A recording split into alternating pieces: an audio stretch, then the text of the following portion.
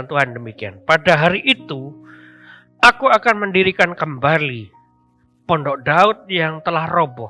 Aku akan menutup pecahan dindingnya. Dan aku akan mendirikan kembali reruntuhannya. Aku akan membangunnya kembali seperti di zaman dulu kala. Nah, Bapak Ibu Saudara, pondok Daud ini ada dua penafsiran, Bapak Ibu. Yang pertama adalah kerajaan Daud. Tuhan akan membangun kembali kerajaan Daud. Dan itu adalah kerajaan Israel, Bapak Ibu, ya. Kerajaan Israel.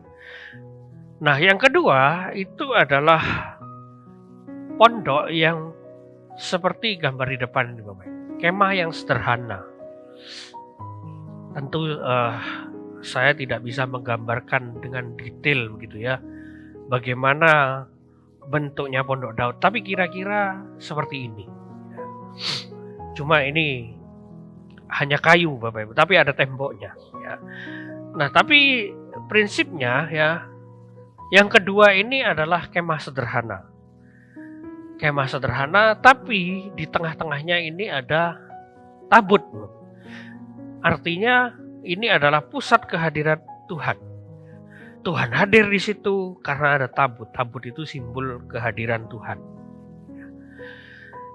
Jadi umat manusia punya akses langsung, Bapak. Semua bangsa boleh datang ke situ, boleh lihat tabut Tuhan. Beda dengan bait suci. Bait suci, tidak semua orang boleh masuk. Orang Yahudi pun tidak boleh semuanya masuk. Hanya imam-imam, yang bukan imam tidak boleh masuk. Nah, kedua penafsiran ini sama-sama bisa diterima, Bapak. Kenapa sama-sama bisa diterima? Kalau kita lihat urutan peristiwa akhir zaman, Bapak, maupun pondok Daud yang sederhana yang seperti ini, ataupun kerajaan Daud, sama-sama bangkit di akhir zaman. Sama-sama bangkit. Nah, bedanya apa nanti? Bedanya yang namanya kerajaan Daud itu akan bangkit tapi jadi pusat tahta antikristus. Sedangkan pondok Daud ini beda, Bapak Ibu. Pondok Daud itu adalah gambaran dari gereja. Karena persis sekali, Bapak Ibu, dengan gereja. Nanti kita baca ayat-ayatnya. Nah, Bapak Ibu Saudara, ya, pondok Daud ini mengalami 3 masa, Bapak Ibu. Sebelum bait suci, kemudian itu dibangun, dikisahkan di dalam 2 Samuel 6. Kemudian pada masa bait suci, ini pada zaman Nabi Amos. Kemudian di akhir zaman, dalam Kisah Rasul 15, ayat 16. Ya. Nah, pada masa bait suci, ya, itu terjadi pada masa Raja Usia dan Raja Yerobeam, karena Amos hidup di zaman itu. Bait suci masih ada. Tapi ada juga yang namanya pondok Daud. Jadi ada 2, Bapak Ibu, pada zaman Nabi Amos. Nah, pada akhir zaman, Bapak Ibu. Nah, ini kuncinya, Bapak Ibu, karena kita hidup di akhir zaman. Kisah Rasul 15 ayat 16 bunyi demikian. Kemudian aku akan kembali dan membangun kembali pondok Daud yang telah roboh. Dan runtuhannya akan kubangun kembali dan akan kuteguhkan. Jadi penulis Kisah Rasul, yaitu Lukas, ini mengutip dari Amos 9 ayat 11 tadi. Nah, Amos 9 ayat 11 itu adalah konteks akhir zaman, Bapak Ibu. Konteksnya hari Tuhan. Dan kita hidup di zaman sekarang ini. Kemudian ayat 17 bilang gini, semua orang lain mencari Tuhan, dan segala bangsa yang tidak mengenal Allah, yang kau sebut milikku, demikianlah firman Tuhan yang melakukan semuanya ini. Jadi ini adalah konsep gereja, Bapak Ibu. Pondok Daud itu konsep gereja. Jadi kalau dibilang gereja itu baru mulai sejak zaman Yesus, keliru. Konsep gereja itu sudah ada jauh sebelum bait suci. Tapi kita tidak mau klaim, berarti semua nabi itu Kristen semua. Enggak. Enggak, kita enggak pernah ngeklaim begitu. Tapi konsepnya adalah begitu. Karena Tuhan tidak bawa agama, Bapak Ibu. Kristen itu hanya ejekan. Ya. Tapi konsepnya sudah ada. Ya, sudah ada sejak sebelum bait suci. Nah, kalau kita lihat tadi di Pondok Daud itu ada tabut, maka yang namanya Pondok Daud itu harus ada Allah hadir di situ. Artinya gereja pun sama. Gereja itu harus Allah itu hadir, Bapak Ibu, di dalam gereja. Nah, Bapak Ibu bisa bayangkan kira-kira seperti inilah. Mungkin kurang jelas ini foto ibadah kita tahun, saya lupa tahun berapa, Bapak. Nah, lalu ada Tuhan Yesus di sini. Kira-kira seperti itu, Bapak Ibu. Kira-kira, ya. Ini pakai AI, Bapak Ibu. Tenang aja, ini bukan beneran. Kalau beneran, wah, beda cerita. Ya. Kira-kira seperti itu. Ya, kita bisa bayangkan, wah, Tuhan hadir, ya. Ada ibadah, ada pujian, ada hadirat Tuhan tanpa sekat, tanpa sistem bait suci. Artinya kita bisa sangat-sangat dekat sama Tuhan. Sangat-sangat dekat, merasakan bahwa Tuhan itu benar-benar ada di dalam ibadah kita, di tengah-tengah kita. Wah, itu akan berbeda sekali. Pasti cara kita beribadah akan beda sekali. Nah, hal ini sama ketika orang-orang Israel dan semua bangsa waktu itu memuji Tuhan di Pondok Daud. Nah, yang penting itu adalah Tuhan hadir. Dari semua peristiwa yang terjadi, Bapak Ibu, di dalam Alkitab, mau itu yang namanya air bah, mau itu yang namanya bangsa Israel dibuang ke Mesir, keluar ke Mesir, ke Kanaan, pembangunan bait suci, kemudian zamannya Esra dibangun lagi, bait suci dihancurkan, bangsa Israel diserahkan kemana-mana, Tuhan Yesus hadir. Yang penting, Bapak Ibu Saudara, dari semua kalau Bapak Ibu telaah Alkitab kita, intinya adalah Tuhan itu hadir di tengah-tengah umatnya. Tuhan hadir di tengah-tengah umatnya, itu adalah berkat paling tinggi, Bapak Ibu. Kalau kita baca Sefanya 3 ayat 17, Tuhan Allah ada di antaramu sebagai pahlawan yang memberi kemenangan. Ia bergirang karena engkau dengan sukacita. Ia membarui engkau dalam kasih-Nya. Ia bersorak-sorak karena engkau dengan sorak-sorai. Jadi dari semua peristiwa Alkitab ini, Bapak Ibu, yang penting adalah Tuhan hadir. Makanya kita menunggu kedatangan Yesus kedua kali. Kalau hari ini, Bapak Ibu, kita masih hidup karena iman, Bapak Ibu. Hanya iman, Bapak Ibu, yang bisa bikin kita tetap ibadah, tetap melakukan aktivitas rohani kita, semua karena iman. Dan iman itu bisa runtuh karena apa saja. Kekhawatiran, karena pernikahan, karena perceraian mungkin, dan lain sebagainya. Iman bisa runtuh. Tapi kalau Tuhan hadir di tengah-tengah kita, wah, iman itu tidak mungkin runtuh, saya yakin, Bapak Ibu. Bayangkan yang khotbah di sini hari ini Tuhan Yesus, Bapak Ibu. Tidak mungkin ada yang ngantuk. Tidak mungkin ada yang fokus sama HP-nya, tidak mungkin. Kita akan, mungkin dengan sikap hormat, beda, Bapak Ibu. Pasti beda. Puji-pujian pasti akan terasa berbeda sekali ketika Tuhan Yesus yang hadir di sini. Dan itu akan kita alami nanti saat kedatangan Yesus kedua kali, Bapak Ibu. Kita akan alami benar-benar. Sekarang latihan, Bapak Ibu. Nah, kita belajar dulu. Tadi saya katakan bahwa Pondok Daud ini terjadi sebelum bait suci. Ya. Kalau kita lihat ya, dari gambar ini, kelihatan jelas yang lebih megah adalah bait suci. Lebih jelas sistemnya adalah bait suci daripada Pondok Daud. Pondok Daud itu tidak punya sistem, Bapak. Mau datang, datang. Mau pulang, pulang. Silakan. Bebas. Tapi tetap orang-orang di sana datang dengan penuh hormat. Karena ada tabut Tuhan di situ. Tidak sembarangan. Tak pegang ini. Tidak, Bapak Ibu. Tetap mereka walaupun bebas, tapi bebasnya bertanggung jawab. Dengan penuh hormat sama Tuhan. Bait suci, penuh hormat, tapi tidak bisa bebas. Jadi ada dua sistem yang berbeda. Yang satunya bebas, yang satunya tidak bebas. Sistem bait suci mungkin masih ada sampai hari ini. Banyak gereja-gereja yang mungkin menerapkan ini. Mau datang sama Tuhan, tidak bisa. Kalau tidak dengan penuh hormat.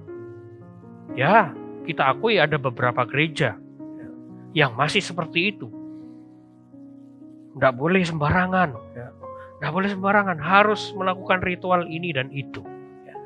Pondok Daud, banyak gereja kita bisa dibilang ini gambaran Pondok Daud. Cuma dua-dua ini punya kelemahan masing-masing, Bapak Ibu. Yang satu bebas, terlalu bebas, sehingga datang sama Tuhan seenaknya. Yang satu terlalu ketat, Bapak Ibu. Terlalu agamawi. Dua-dua punya kelemahan, Bapak Ibu. Mana yang benar? Ya tidak ada yang benar, Bapak Ibu. Tidak ada yang benar, dua-duanya salah, Bapak Ibu. Nah, tapi Bapak Ibu Saudara, kalau kita lihat ya di dalam firman Tuhan, Tuhan bilang sama Nabi Amos, aku akan mendirikan Pondok Daud lagi. Aku tidak akan mendirikan bait suci lagi, Bapak. Pesannya Tuhan jelas, Pondok Daud yang tak bangun, bait suci enggak. Tuhan tidak pernah bilang bait suci akan kubangun kembali, enggak. Matius 24 ayat 15 bilang, bait suci itu akan bangun sendiri. Tidak perlu Tuhan. Tidak perlu Tuhan. Tapi Pondok Daud ini harus Tuhan, Bapak. Tidak mungkin bukan Tuhan. Karena Tuhan bilang, aku yang bangun. Kalau bait suci, bangun-bangun sendiri. Makanya tadi saya bilang bahwa bait suci ini akan jadi tahta antikristus. Makanya kalau bait suci berdiri, kita tidak perlu ibadah ke sana, Bapak. Apalagi naik haji ke Israel, tidak perlu, Bapak Ibu. Tidak perlu, ya. Karena bukan ini, ya. Tapi gereja Tuhan yang dibangkitkan, Bapak Ibu. Entah apapun hari ini sistemnya, mau sistem yang rumit, mau sistem yang tidak rumit, mau sistem yang bebas. Tapi Tuhan akan bangkitkan gereja, walaupun punya kelemahan. Setiap gereja pasti punya kelemahan. Tapi pesannya apa? Tuhan tidak lagi fokus sama kemegahan bangunan, Bapak Ibu. Oh, bait suci itu megah. Kalau Bapak Ibu lihat dari deskripsi Alkitab, itu megah banget, Bapak Ibu. Megah sekali. Ya, ada emas dipajang di sana. Wah, banyak emasnya pokoknya. Siapa yang tidak senang gitu ya? Kita ke toko emas saja senang, Bapak Ibu. Betul apa betul? Apalagi di sana, wah, ada emas di sana.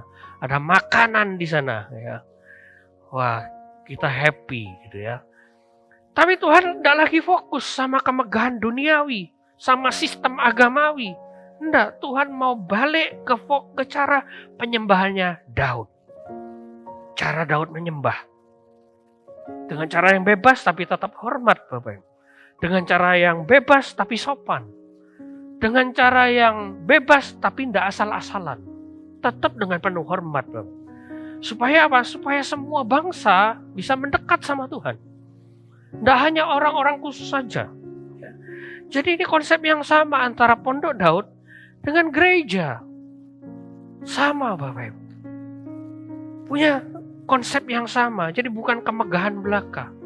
Tapi celakanya banyak gereja-gereja yang hari ini, memang harus kita akui itu kelemahannya, membangun sebegitu megahnya.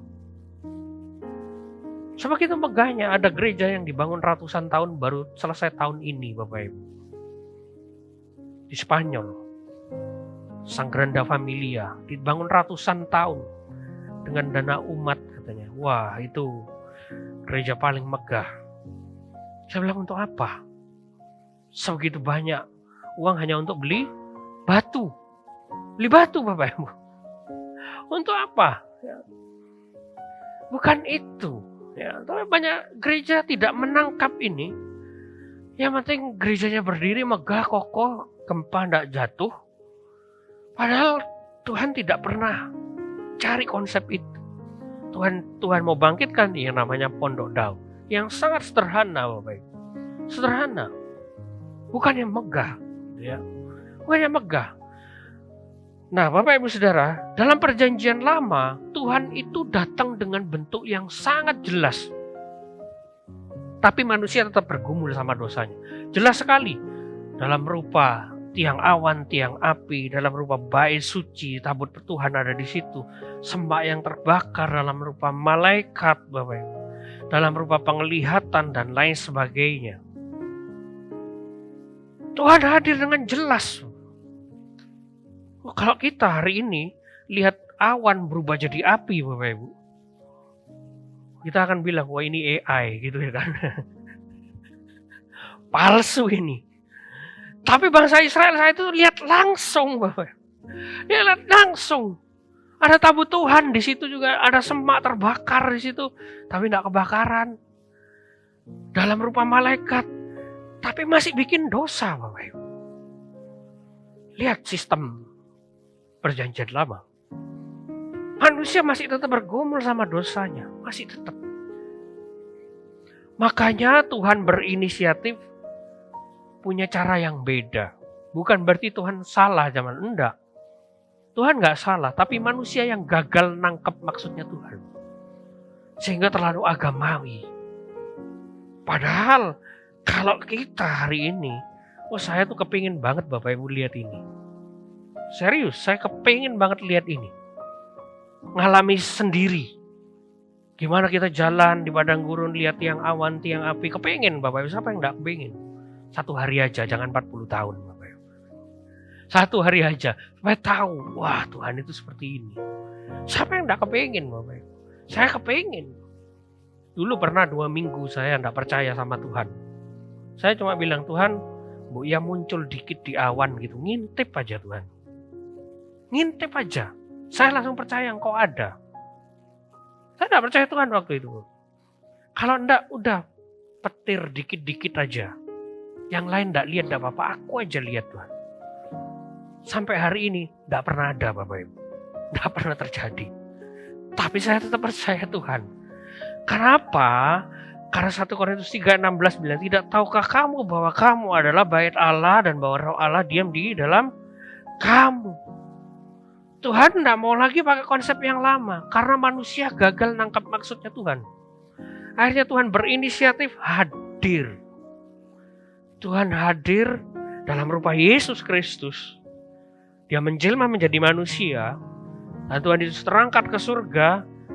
Dia kirim Roh Allah, Roh Kudus di dalam hati kita. Makanya kita bisa merasakan Tuhan ada. Waktu 2 minggu saya tidak percaya sama Tuhan, Bapak Ibu. Saya cuma ketemu seorang pengemis. Bayangin, saya minta malaikat, Tuhan kasih pengemis. Bapak Ibu. Yang tidak bisa apa-apa di pinggir jalan. Kalau tidak salah saya dulu pernah cerita soal ini. Saya kasih makan dia, saya doain dia. Saya tidak percaya Tuhan masih bisa doa, Bapak Ibu. Saya juga bingung waktu itu. Saya tidak percaya Tuhan kenapa doa. Gitu. Tuhan cuma bilang satu. Kamu tidak lihat aku, tapi kamu lihat kamu bisa baik sama orang, itu aku ada di dalam kamu. Di situ baru saya berubah, Bapak. Tidak perlu malaikat, pengemis saja bisa ubah. Oh, jadi kita bisa baik karena Tuhan. Langsung nyantol semua ayat Alkitab, Bapak. Waktu itu saya sekolah teologi, Bapak. Sekolah Alkitab saat itu. Sekolah, bayangin di sekolah Alkitab tidak percaya Tuhan, gimana coba? Nggak nangkep, dosennya ngomong tentang Tuhan ini itu, bagi saya omong kosong. Tapi nilai saya masih A, Bapak Ibu, puji Tuhan. Saya nggak percaya Tuhan gitu ya. Tapi karena satu perbuatan itu yang saya tidak sadari gitu. Tuhan cuma bilang, aku ada di dalam kamu. Makanya kamu bisa baik sama orang. Oke. Karena setan tidak pernah baik, Bapak. Jadi Bapak, ketika Tuhan hadir di dalam diri kita, itu akan membawa perubahan di dalam hidup kita. Kita akan punya keamanan dan ketenangan, makanya orang percaya itu aman, merasa tenang. Ada pertumbuhan rohani. Kita bisa jadi terang, Bapak. Terus menang atas pencobaan, lepas dari dosa. Bukan berarti langsung jadi sempurna, enggak. Tapi ada perubahan ke arah yang lebih baik. Nah, Bapak Ibu Saudara cek. Apakah hidup kita dibanding 5 tahun belakangan lebih baik enggak secara rohani? Lebih baik enggak secara rohani? Oh, lebih sabar. Oh, ngomongnya sudah lebih enak. Oh, enggak gampang takut. Oh, enggak gampang panik. Oh, tenang. Kalau ada masalah, tenang. Oh, kalau tiba-tiba ada kejadian yang enggak menyenangkan, aku datang sama Tuhan dulu. Bukan buka Google dulu. Ada perubahan, Bapak Ibu. Enggak langsung jadi sempurna. Enggak langsung. Pondok Daud itu ada. Tapi Daud masih jatuh dalam dosa. 2 Samuel 6 ada pondok Daud. 2 Samuel 11 Daud jatuh dalam dosa. Di jalan lalu lihat perempuan mandi. Makanya jangan sering jalan-jalan, Bapak Ibu. Enggak apa-apa jalan-jalan. Cuma jangan lihat orang mandi, Bapak Ibu. Ya jatuh. Silakan jalan-jalan ya. Tapi jelas, Bapak Ibu, bukan jadi langsung sempurna. Tapi ada harapan. Ada akses, ada jaminan kemenangan di dalam yang namanya pondok Daud itu. Makanya Daud tidak pernah takut, Bapak Ibu. Dia tidak pernah takut siapapun musuhnya. Dia tidak pernah takut sama sekali.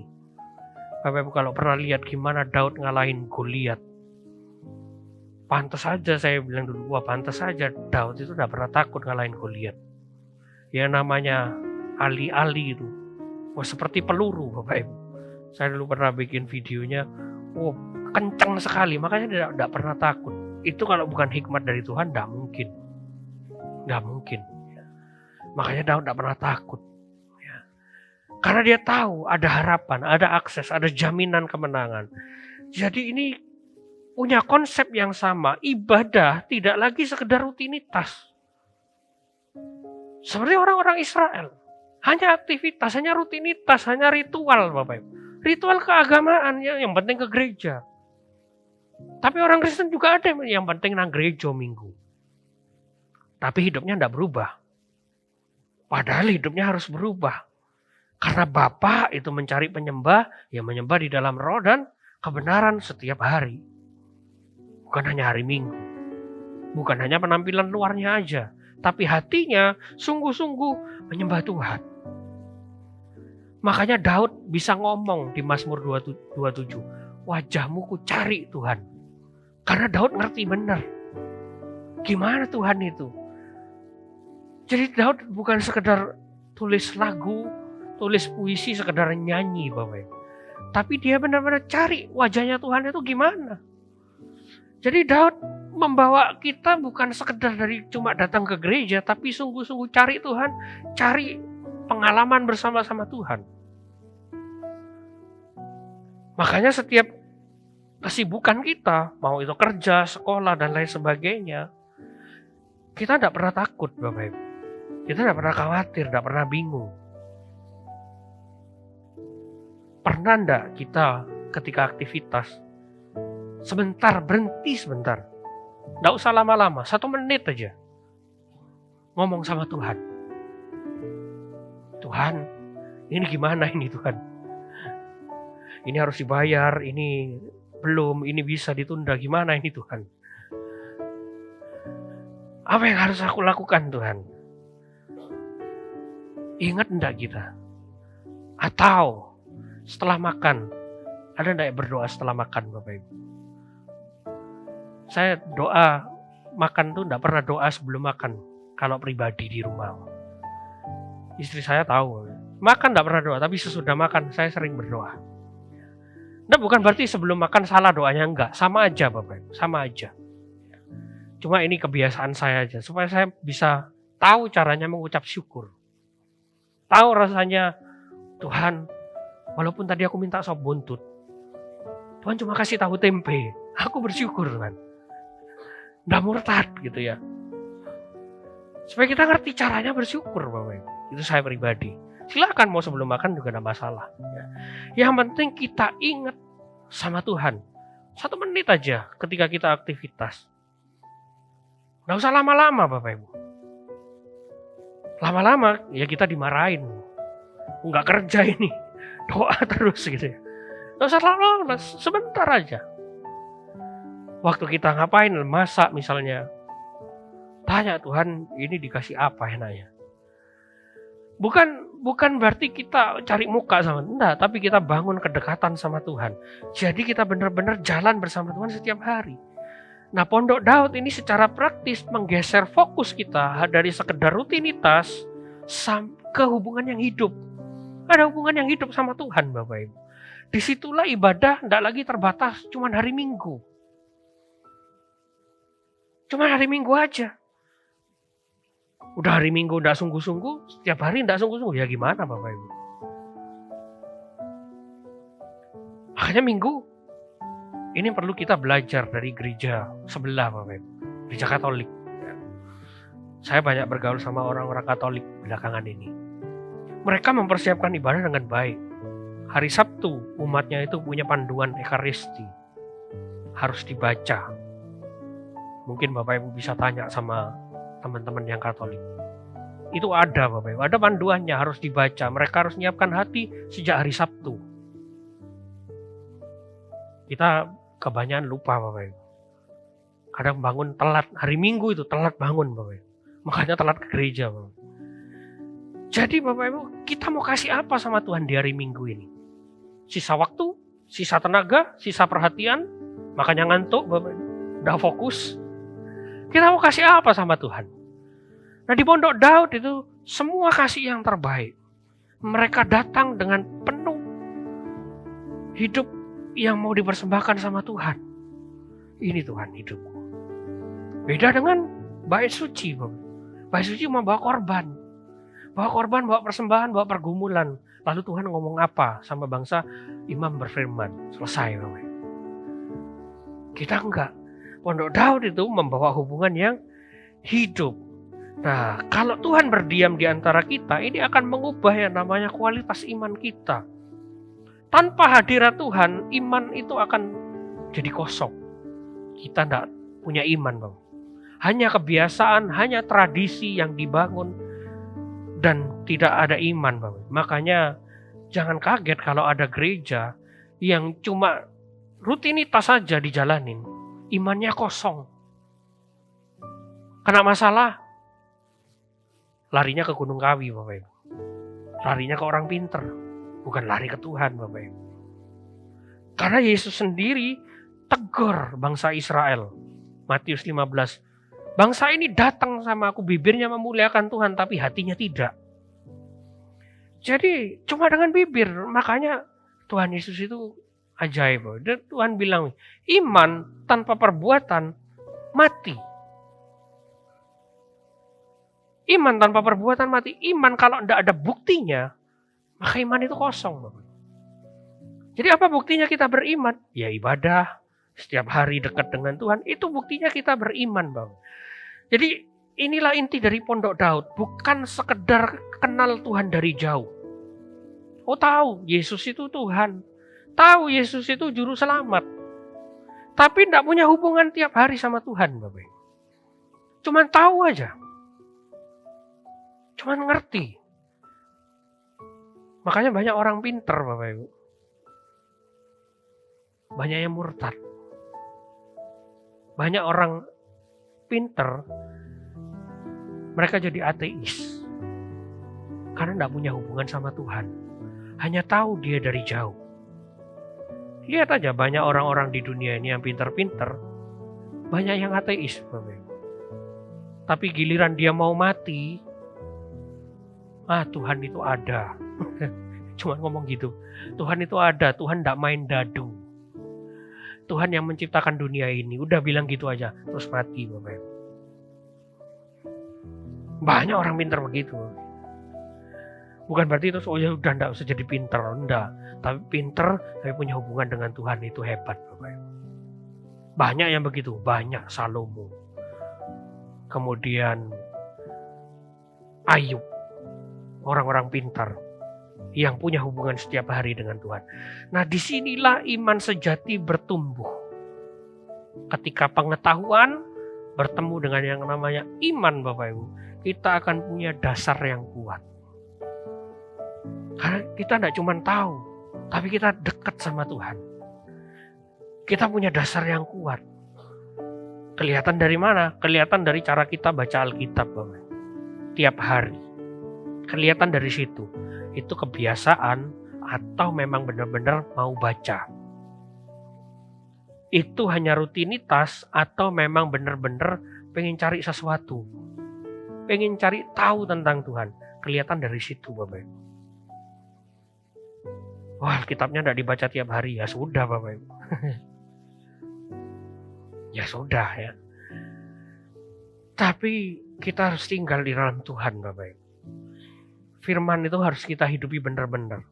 Bukan sekedar pengetahuan. Oh, tahu. Kalau disakiti mengampuni. Giliran disakiti, Bapak Ibu. Keluar tanduknya. Keluar ekornya, Bapak. Piringnya terbang. Marah. Ya, dan lain sebagainya. Makanya ketika kita hadapi masalah, ketika iman itu kosong, kita akan panik, takut, bingung ambil keputusan, bahkan ambil keputusan tanpa melibatkan Tuhan. Tapi orang yang hidup dalam hadirat Tuhan akan beda. Dia tetap mungkin merasa lemah. Tuhan, aku tidak berdaya. Tapi dia tahu harus kemana dia datang. Tuhan, kalau aku tidak tahu, aku datang kepada Engkau. Doa. Tanya sama Tuhan, Tuhan apa yang harus aku lakukan? Bahkan mungkin karena terbiasa punya hubungan sama Tuhan, mungkin tidak lagi tanya sama Tuhan karena sudah tahu, Bapak Ibu. It's okay. Tidak masalah. Sudah tahu harus gimana menyelesaikan masalah. Tuhan, mungkin aku tidak ngerti, tapi saya tetap percaya Engkau pegang hidup saya. Wah, itu keren Bapak Ibu Saudara. Baru-baru ini ada yang rame di sosial, atur aja Tuhan, aku ikut gitu ya. Bukan karena terpaksa, tapi karena sadar. Karena sadar bahwa ini jalannya benar, Bapak Ibu. Banyak orang tidak ngerti, Bapak Ibu. Atur aja Tuhan, aku ikut. Tapi giliran suruh ikut Tuhan, berat Bapak Ibu. Karena terpaksa. Aduh kok gini Tuhan. Kok jalannya harus bercucuran air mata Tuhan. Kok tidak boleh balas. Kok tidak boleh melakukan ini dan itu. Terpaksa akhirnya. Padahal ikut Tuhan tidak boleh terpaksa. Pondok Daud itu ada karena kerelaan, bukan karena paksaan. Daud tidak pernah paksa. Yang namanya Pondok Daud itu tidak pernah paksa. Oh, kamu harus datang jam ini, hari ini, dengan cara begini. Tidak pernah paksa. Bebas. Bebas. Tetapi tetap dengan sopan. Bebas dalam arti bisa datang kapan saja. Sopan dalam arti pakaiannya sopan, Bapak Ibu. Ya, tetap dengan sopan karena Tuhan ada di situ, Bapak Ibu. Jadi Tuhan harus hadir, Bapak Ibu. Nah, yang ketiga adalah dalam Mazmur 16 ayat 8. Aku senantiasa memandang Tuhan karena Ia berdiri di sebelah kananku. Aku tidak akan goyah. Jadi yang ketiga, kehidupan dalam Pondok Daud ini memberi kita kekuatan supaya kita tidak mudah goyah. Karena ada Tuhan, Bapak Ibu. Karena ada Tuhan. Tidak kebetulan Bapak Ibu gambarnya sebelah kanan. Saya tidak minta AI-nya sebelah kanan. Tapi Tuhan ada di sebelah kanan. Persis Bapak Ibu. Kita bisa bayangkan. Dunia sering mengajarkan kita bahwa kekuatan itu bisa datang dari kepintaran, dari kekayaan, dari semua yang kita punya. Tapi firman Tuhan tidak pernah mengajarkan hal yang seperti itu. Tuhan tunjukkan cara yang berbeda. Orang yang tidak berakar akan gampang sekali jatuh. Apalagi akhir zaman kayak gini. Godaan banyak sekali Bapak Ibu. Bapak Ibu tidak usah minta-minta ujilah aku Tuhan. Tidak usah diuji Bapak. Ujian itu akan datang sendiri. Cobalah aku, itu akan datang sendiri Bapak Ibu. Tapi minta kekuatan Bapak. Ujian dan pencobaan pasti akan datang Bapak. Tidak mungkin tidak datang, tidak usah kita undang Bapak. Pasti akan datang sendiri. Mungkin keluar dari pintu ini Bapak Ibu akan kepikiran lagi. Wah, masalah kemarin belum selesai. Atau sekarang lagi mikirin itu masalahnya belum selesai. Banyak orang akan jatuh. Bukan karena tidak tahu apa yang benar Bapak. Tahu yang benar. Tapi tidak punya hubungan sama Tuhan. Tidak punya akar yang kuat sama Tuhan. Misalnya ketika kita punya lingkungan pergaulan yang tidak sehat. Kita akan cepat ikut. Di gereja, kayak malaikat Bapak Ibu. Keluar ketemu temannya lagi. Wah. Harus balik lagi ke habitatnya. Sama Bapak Ibu. Kayak teman-temannya lagi. Tidak percaya sama Tuhan. Balik lagi ketemu. Lupa Tuhannya Bapak Ibu. Karena punya akar yang kuat sama Tuhan. Tidak punya hubungan yang kuat sama Tuhan. Jadi dikit-dikit kompromi, dikit-dikit ikut nilai-nilainya orang lain. Karena akarnya ini tidak kuat. Lo tahu firman Tuhan, tahu. Salomo itu orang yang tahu firman Tuhan, Bapak Ibu. Tahu. Tapi hubungannya digadaikan, Bapak Ibu. Salomo, siapa yang mau bilang Salomo orang bodoh? Salomo itu orang pintar. Paling pintar di dunia ini. Tidak ada yang bisa ngalahin Salomo sampai hari ini, Bapak Ibu. Tapi imannya sempat runtuh. Karena dia tidak punya hubungan sama Tuhan. Dia hubungan sama istri-istrinya yang banyak, Bapak Ibu. Tuhannya hilang. Pinter, iya pinter. Tahu tentang Tuhan, tahu. Tapi hubungannya tidak ada. Jadi Bapak Ibu secara praktis punya akar dalam Pondok Daud berarti punya kebiasaan untuk selalu kembali kepada Tuhan di setiap situasi. Mau situasinya baik, mau situasinya buruk, kita tetap bisa kembali. Kita tahu caranya kembali sama Tuhan. Tahu gimana caranya menghadap Tuhan, Bapak Ibu. Sorry, karena banyak orang Kristen tidak tahu caranya gimana menghadap Tuhan. Ada banyak orang Kristen tidak tahu gimana caranya berdoa. Serius Bapak Ibu. Beberapa waktu lalu ada yang ngechat saya di TikTok. Tanya, saya ini punya masalah, cerita panjang lebar Bapak Ibu. Langsung tak skip ke bawahnya. Cara doanya gimana ya Pak Pendeta? Loh. Cerita panjang lebar Bapak Ibu. Dia punya masalah, dia mau dinikahkan paksa sama keluarganya. Gimana cara doainnya? Orang tua, ya tinggal doa saya bilang. Ya tinggal doa. Gimana caranya kamu biasanya doa? Saya enggak tahu caranya doanya gimana. Aduh.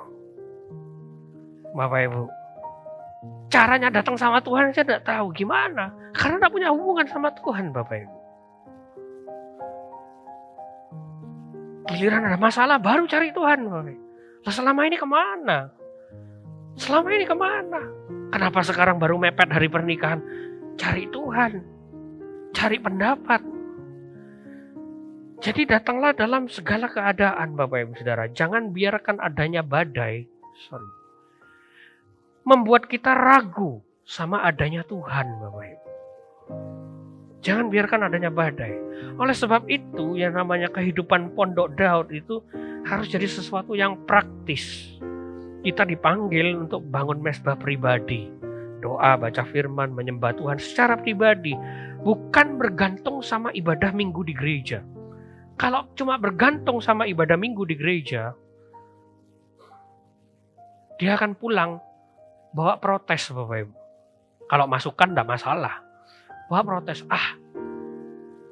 yang khotbah enggak ganteng gitu Bapak Ibu. Yang memimpin pujian tadi salah-salah. Yang main musik salah-salah. Kasih masukan enggak masalah. Tapi bukan bawa kekecewaan. Silakan kasih masukan. Ada banyak yang sering kasih masukan Bapak Ibu. Ibadahnya dibuat kayak gini boleh. Tapi bukan dengan kekecewaan Bapak Ibu. Jadi jangan bergantung hanya hari Minggu. Setiap hari engkau menyembah Tuhan, kau enggak akan kecewa gimana pun. Ya, mohon dimaafkan kalau yang pelayanan kadang-kadang salah Bapak Ibu. Itu manusiawi Bapak Ibu. Kadang-kadang lupa. Pernah kan kejadian lupa lagunya dihentikan aja Bapak Ibu. Itu namanya manusiawi, enggak masalah. Tapi berusaha, pelayan-pelayan Tuhan akan berusaha sebaik mungkin kasih yang terbaik. Ya. Tapi kau enggak akan pernah kecewa. Ketawa iya Bapak Ibu, saya ketawa Bapak Ibu. Lihat rekamannya, waduh. Pas itu kan masih diedit video itu, saya ketawa, berhenti ngedit hampir setengah jam, ketawa habis Bapak Ibu. Karena saking lucunya begitu. Kok bisa gitu? Ya itu manusiawi Bapak Ibu. Di Pondok Daud pun terjadi hal yang demikian. Tapi di Bait Suci sekali salah habis Bapak Ibu. Habis Bapak Ibu. Pondok Daud enggak begitu. Jadi kita pulang enggak bawa kekecewaan. Bawa rasa puas dengan Tuhan. Ketika ada yang salah di sini kita sukacita. Oh ya lucu. Enggak, tapi kita dipuaskan sama Tuhan. Immanuel is not about God present, about God presence. Immanuel itu bukan cuma engkau ada badai, dikasih payung, dikasih rumah yang kuat. untuk nahan badai. Tapi badainya Tuhan hentikan. Itu namanya Immanuel, Bapak. Bukan cuma dikasih payung ada badai kita pakai payung terbang, Bapak. Ada badai kita punya rumah, coba badainya ada berhenti-henti. 3 tahun aja, roboh itu rumah, Bapak. Pasti roboh. Immanuel itu badainya dihentikan. Bukan cuma kita dikasih sesuatu. Kadang kita tidak bisa nangkap ini, Bapak. Mazmur 65 bilang, Tuhan menjawab dengan perkara-perkara yang dahsyat. Dengan, kalau bahasa aslinya, dengan perkara yang mengerikan. Mengerikan. Kadang Tuhan harus kasih badai supaya kita ngerti Tuhan itu hadir, Bapak. Kadang Tuhan harus kasih petir supaya kita nyebut nama Tuhan, Bapak. Tuhan Yesus itu. Ada petir sebut Tuhan Yesus. Bagus, Bapak. Kita jadi ingat Tuhan, Bapak. Karena sesuatu. Ya. Jadi bukan cuma kita minta sesuatu, enggak. Mintalah Tuhan hadir, Bapak. Tapi enggak masalah, Bapak. Banyak orang Kristen tidak peka sama kehadiran Tuhan. Tapi saya mau bawa berita baik yang terakhir ini, Bapak. Even when we don't sense God present, His loving care is all around us. Walaupun kita tidak peka sama kehadiran Tuhan, Tuhan tetap hadir, Tuhan tetap sayang sama kita. Dia Allah yang setia walaupun kita tidak setia, Bapak. Jadi kalau kita hari ini ngerti, sadar bahwa Tuhan itu, selama ini Tuhan itu hadir di tengah kita, Bapak. Balik ke jalannya Tuhan. Selama ini mungkin kau tidak sadar, mungkin lupa sama Tuhan. Dulu mungkin dekat sama Tuhan, sekarang tidak lagi dekat. Ingat, kasihnya itu tetap setia sama engkau. Sampai hari ini, sampai kapanpun dia tetap setia. Amin.